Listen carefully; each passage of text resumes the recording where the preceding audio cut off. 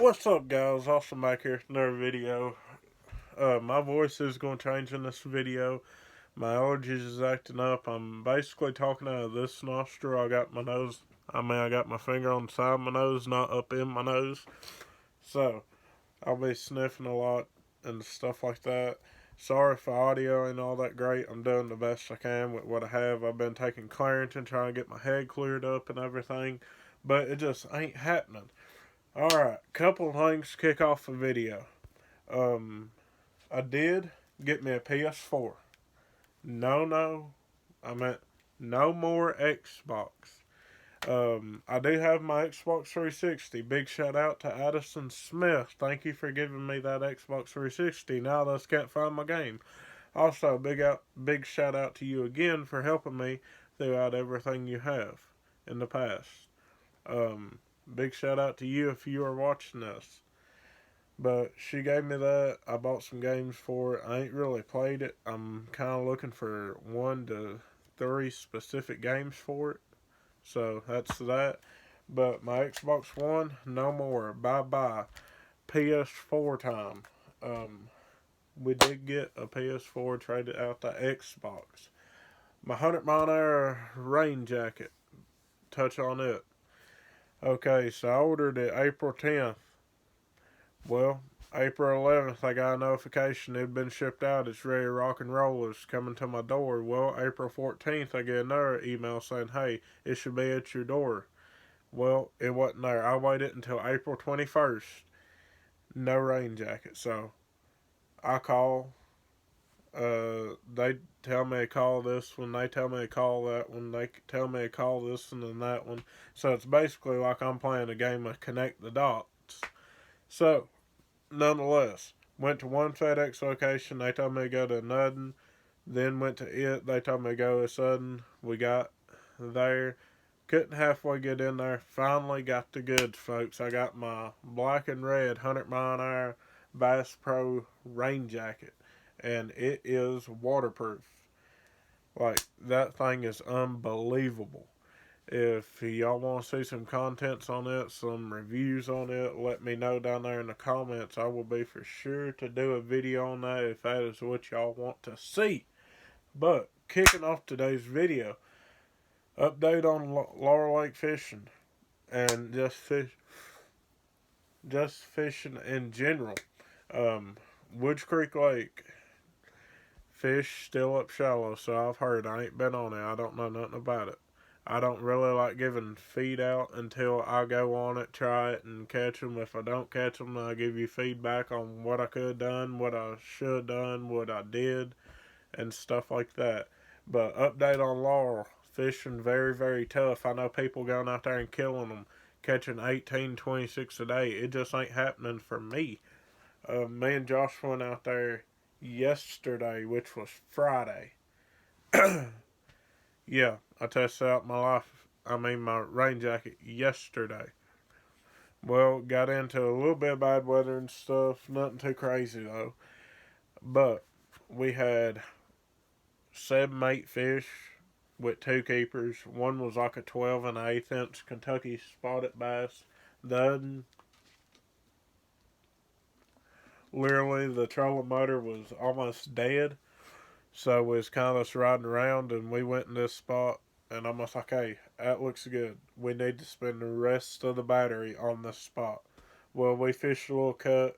I threw off this point, and it went into a transition bank. It was red clay into shelf rock. Well, I threw off that point that had that shelf rock on it. Boom. As soon as it hits the water, I said, yep, that's a fish.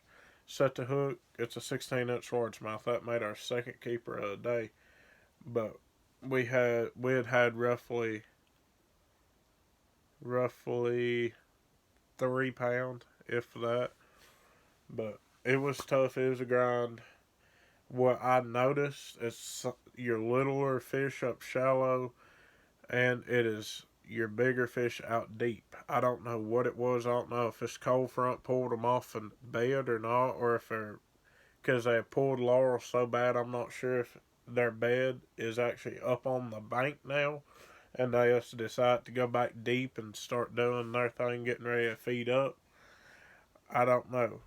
but they are deep. Your bigger ones. Alright, so couple things you can catch them on, couple things I'd have on. Um, I'm going to go in sections. I'm going to go from if I had one rod, one reel, and I had to fish it all day long. I'm giving you the simple breakdown.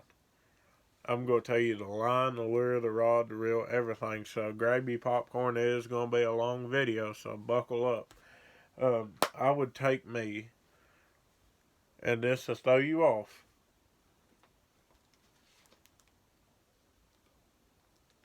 If I had one rod, one reel, I would have a spinning rod. Yes, folks, a spinning rod and reel. Um, I would probably end up taking one of my cheaper ones, like my Berkley lightning rod, and that will shock you. It's a 7-foot outfit here, and I will explain why. Well, crap. Come on. I'd, I'd pick between two. I'd either take my 7-foot Berkley lightning rod. This thing has been put through a ringer. This rod's over. I'm 19. This rod is 10-year-old. It turned 10-year-old April 9th. My dad bought this for me, and his first rod and reel I had with that extended grip. But I would take this one, or I would take my Dixie Custom Finesse Special. It's a 6'10" medium light, moderate. Now, if I had one rod, one reel, I would swap out the line on this. Right now, I have 6 pound on here, and I have. No, I take it back. I got. Both of them has 6, I think. One has 4, one has 6. I try to fish 4-pound line until I get to my Berkley rod. But anyway, the reason why I would take them instead of a bait caster. Well, with this Finesse Special, it's 6'10", short, but I can just kind of roll cast, kind of get a good skip up under a dock or something if I find Kentucky's up under a dock. It's a lot easier doing it with a shorter rod. So, on here I can throw my floating worms, I can throw my Ned rigs, I can throw my shaky heads, I can throw a fluke, I can throw a swim bait, I can throw a Nico rig, I can throw a weightless Texas rig, I can throw a little bitty jig. It's a lot of different things I can throw on a spinning rod that I can use this time of year. If they are pushed up under a dock, I can skip that floating worm up under there. If I need to be fishing kind of shelf rock or something, I can throw a shaky head or a Ned rig. If I see them start busting, I can throw me a weightless fluke on it. And that line, you may say, well, he don't know what he's talking about with a weightless fluke or this and that. Well, that allows me to fish it at different depths. If I want to fish it near the top, I fish it fast. If I want to fish it down near the bottom, I'll kind of just barely twitch it, let it go right back down. If I want to fish in the middle of the water column, I twitch, pause, twitch, pause, twitch, pause. It's very simple. It's a very simple concept. Okay, so I'd pick between one of them two rods. More than likely, I'd pick my Berkley rod. More than likely. It's just always been that rod that if I need kind of like a meat rod that's a spinning rod, I go to it. I throw Ricos on it. I throw shaky heads on it. And that is that rod, basically. Alright, so that's if you have one rod. That's some of the stuff I'd have on. Now, if I had two rods, I'd go with one spinning reel and one bait caster. Early morning, you're starting to see bass come up. You're starting to see walleye come up. So I'd have me a top water with probably 20, 20-pound mono on there. That way my top water floats better. Um, right here I have a Daiwa Tatula. It is an 8-to-1 gear ratio. It's a 100 HS. 108 XS. You hear me talk about it all the time. You're probably sick and tired of seeing my arsenal I put in about every video. That way you know exactly what I'm throwing, and if it's any new viewers or subscribers, you know what I have, you know what I throw, you know the action, you know the length, you know the line, you know the reel. I just don't feel like putting that in my description every single video. In no way am I trying to flex, in no way am I trying to say, hey, you gotta have 12 rods. You don't. You can take one rod, one reel. You can't fish with nothing but one anyway. But I'd have me a top water on here, 6'6", medium heavy, performs like a medium, but I would have me a top water on there. So that is 3 rods down. And then at the end of the video, I'll go over what I caught them on.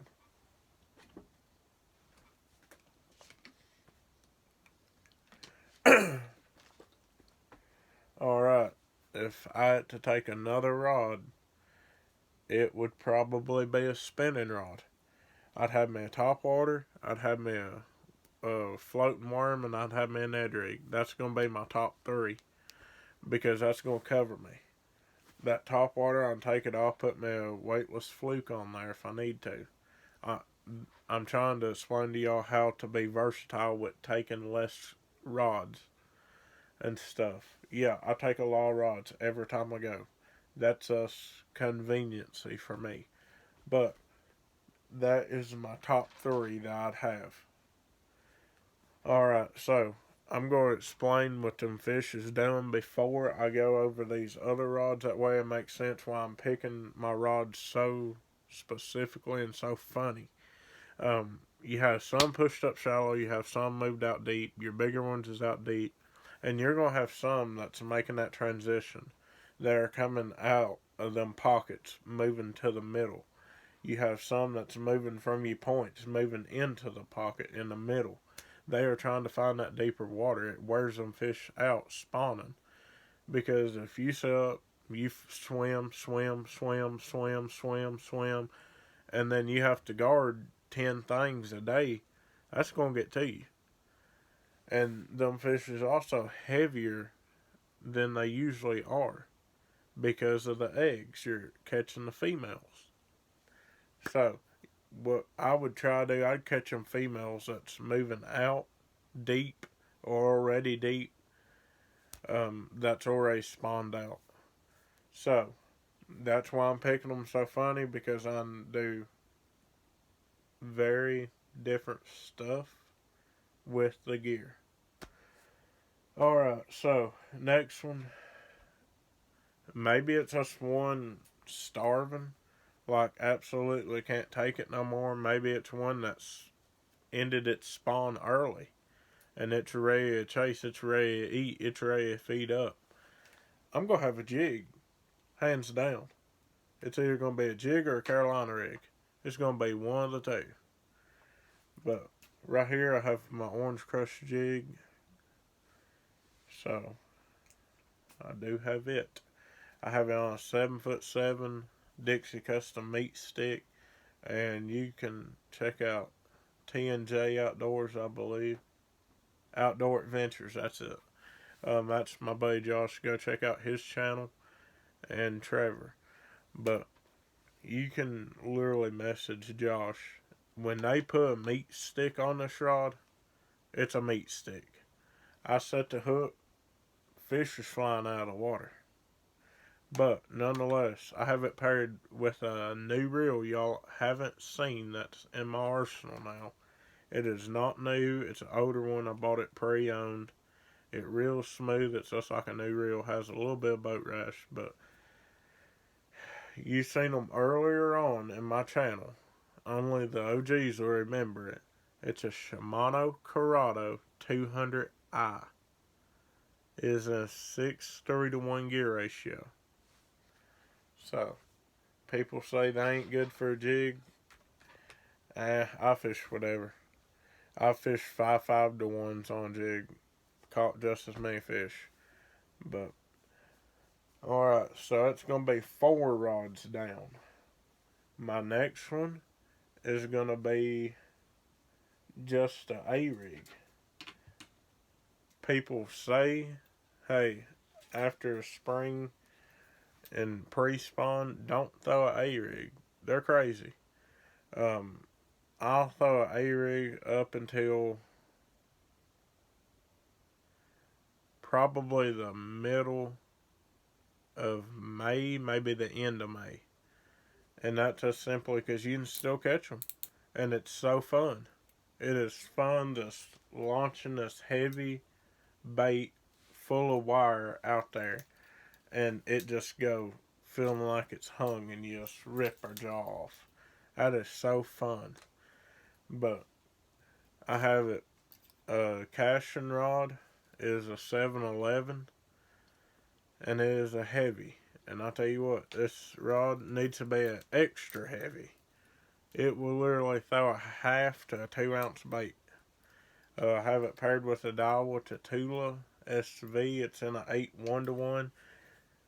And I'm actually putting that reel to a test right now. You may say, well, Austin, you're ruining basically a $200 reel. Well, if I'm going to sit up and tell you the stuff that I use that will hold up, I'm going to put it to a test. So, that's another reason why I have that fast gear ratio. I want to see how the gears in them does. Because you take a Corrado that's setting up, the E6 Corrados, they are still butter smooth. So, I just want to see if Tatula has it. Tatula has it on casting, hands down. But, anyway, so that's going to be my 5th choice. My 6th choice, I'm going to start spreading out. I'm going to be technique specific. I'm going to have certain baits on certain rods, so to say. My meat stick still going to be in there. I'm either going to have a jig or a Carolina rig on it. One of the two. My finesse special, I'm going to have either a floating worm or a Ned rig. It's one of the two. My KVD rod here, it's going to still be a topwater. I'm going to have a spook or a Rico on it. My Berkley Lightning rod, I'm going to have a shaky head on it in case they want a bigger worm than that rig with some action. Alright, so my 6th rod, I'm actually going to pick my 7'2" medium heavy Zodius. And I'll tell you why. Because this here, if I had to pick one rod, take all over the country with me, it'd be this one. Because it's so light, it's an all-purpose rod. I can throw jigs, I can throw chatterbaits, I can throw spinner baits, I can throw Texas rigs. Only thing I wouldn't throw on here is the topwater or a big swim bait or a rig. And that's just simply because it's going to put this small blank under a lot of stress. But I do have it paired with a Daiwa Tatula SV and a 8 1-to-1 gear ratio. And what I'd have on this, exactly what's on it. Swim bait. Don't get no more simpler than that. That way, if they don't want the A-rig, they want swim bait, I can still be versatile.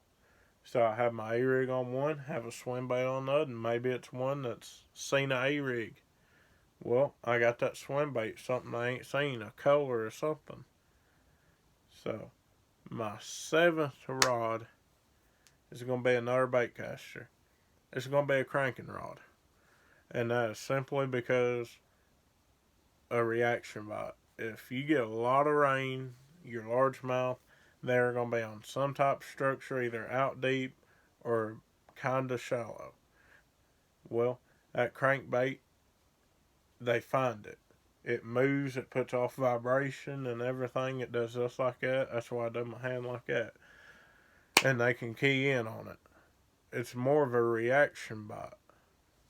So I'm gonna have a Spro rock crawler on. Really, I'm gonna have a Spro rock crawler on. I'm gonna have it on 15-pound Seaguar Red Label. That way I ain't getting down all deep. But I know people that throws it on 8. I got my Denali rocker rod, 7-foot medium. And I have me another Daiwa Tatula 100. This is a HS. This is a 7 1-to-1. Alright, and my last rod I will take, and this is simply because I already have it covered with my Zodius. I'm going to have me a backup swim bait rod. I love throwing a swim bait. I love having extra rods in the boat in case I need to tie whatever on. So, this here's my Shimano Stratic. It is a 1000 HG. I do have it paired with 4-pound Bass Pro monofilament. And that is just because I was floating a worm on this rod yesterday. And this here would be my backup swim bait rod. I'm going to have a 30-second, maybe even a 16th ounce jig head on there. A 2-inch to 3-inch Keitech. Just depends. Or I will put whatever I want to finesse fish with, whether it be a Ned rig or a floating worm, on that rod. It is a 7'6" medium. It is a custom rod. I had my buddy Dwayne over at Dixie Custom make that rod. But some honorable mentions: spinnerbait, obviously. Don't go spring fishing without a spinnerbait in your box or on a rod. If you ain't got it on a rod, put it in a box. Spinnerbait, a spoon. If you mark fish on your graph, you can catch them sometimes. A Dominky, that's another honorable mention. But if I missed something in that, please drop it in the comments. Let me know. I will reply to you. And maybe we could go pond fishing. Maybe we could go out to a lake or something. But nonetheless, what I've been catching them on: floating worm and a Ned rig and a shaky head. Lure is so tough right now, I don't even know how to get about it. Well, I know how to get about it. I just don't know how to get 5 good keepers I'd win in a tournament. Which this makes my second year fishing Laurel heavy. I didn't even fish Cumberland but one time last year, and that's my favorite lake out of all the lakes I fished. But Ned rig, shaky head, floating worm, that's all we could get bit on. People been catching them on a jig. People's been catching them on a swim bait, a Carolina rig, and I've been hearing some catching them on an A rig. But I've been hearing that them fish has spawned out, they move back down deep, 20 and 30 foot of water again. I guess this cold front pushed them down again. But hopefully, when they come back up, hopefully I can get on some jerkbait fish. Another thing, a jerkbait, have in your box, have it ready to fire. I ain't caught jerkbait fish this year. I don't know what it is. Last year, that's what I used: spinnerbait, swim bait, jerkbait. And there's another rod, I can't remember what I had on it. 4 rods, all I needed last year. This year, all I've caught fish on, it's been a rock crawler, it's been an A-rig, it's been a Ned rig, a shaky head, or a floating worm. I've caught about 3 on top water. But that there was in ponds on top water. I do know they are coming up to hit top water. I just ain't through it. But nonetheless, I know I ain't uploaded. It's just been because of me. There ain't no excuse for it. Yes, I did kind of spit on myself. I don't care. But it's just been me. All I've been doing, playing PS4. My head was messed up and I wasn't wanting y'all listening to me me talking out of my nose. Now my head's finally decently cleared up where you can actually understand me and everything. So that's why I went ahead and done a video. But I work tomorrow. I'm off Monday. So hopefully me and the homie will get to do some fishing Monday. But the boat is getting worked on currently as we speak. So hopefully it'll be done here pretty soon. And you will be seeing a lot more fish caught. You'll be seeing a lot more trips taken until it gets summer. I'm not gonna lake fish this summer. I'm sorry. Last year scared me. I about wrecked my boat, and it wasn't even my fault. It was a guy cut me off, and if I'd hit that wave, either I'd busted the bottom out of my boat, or either I'd ruined everything in my boat. Because I'd had probably a 10-foot wave. Well, about 10-foot wave coming over my boat, and I just wasn't doing it. I set it down, drained my back end, and it just ain't worth it. So I'd rather go fall, winter, and spring. That's my favorite time to fish anyway. Especially wintertime. I love wintertime fishing. When it's cold, nobody else is out there, you can fish the spots you want to. It's also more difficult. It's also more of a challenge because them fish ain't wanting to move. You basically got to put it in their face and everything. That's where you learn a lot of your summer spots, really. Because what I do, if I go to a lake and I see fish busting in a certain area, well, that spring I'm going to fish it. Because chances are, if those same fish ain't there, it'll be a different school of fish. Fish, they go up, down, up, down. Yeah, they may swim up the river, they may swim to the dam, but it's always going to be fish where them other fish were. So, that's that. But hopefully here I can be putting up more content for y'all. If you even like me doing these type videos, let me know. I feel like I do the same thing kind of every time, just give you updates and stuff, which you can check out on Facebook. Do them groups and stuff, but I just feel like I do the same thing over and over and over. That's kind of what me and some fellow YouTubers was talking about. We feel like we're doing the same content every time we do it, and it just gets old, it gets boring, and you just know what's coming. But I think it is about time to switch it up. I think it's time to do some challenges and stuff like that. So, you just gotta stay tuned. I will be fishing with some other YouTubers. You just gotta stay tuned to who. Who knows, it could be one of the Googans. Or it could be someone like Milliken. Or Tactical Bassin. Who knows, it may take me a big trip to Chickamauga, fish with Tim Little or Matt Allen. You never know. So you just gotta stay tuned to the channel. But as always, if you haven't already, please like, subscribe. If you don't like this video, then don't like it. Just leave me a comment down there if you don't like it, of what you want to see, what kind of content I need to put out.